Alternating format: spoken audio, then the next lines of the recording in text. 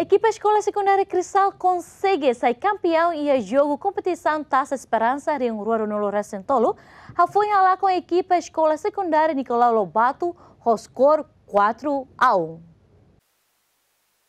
Jogo entre a equipa Ruane, Halau e Estádio Municipal Dili, domingo ne. Jogo foi a rua equipa Rua continua halo jogo ho calma, ori for pressão no lança sutos bamalu, toda estratégia jogo ne bema equipa Rua iha.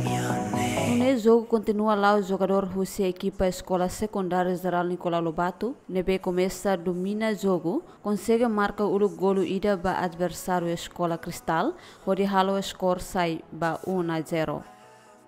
O score 1-0 né? Halo adversário Escola Secundária Cristal mostra corre lá com esperança, onde tenta marca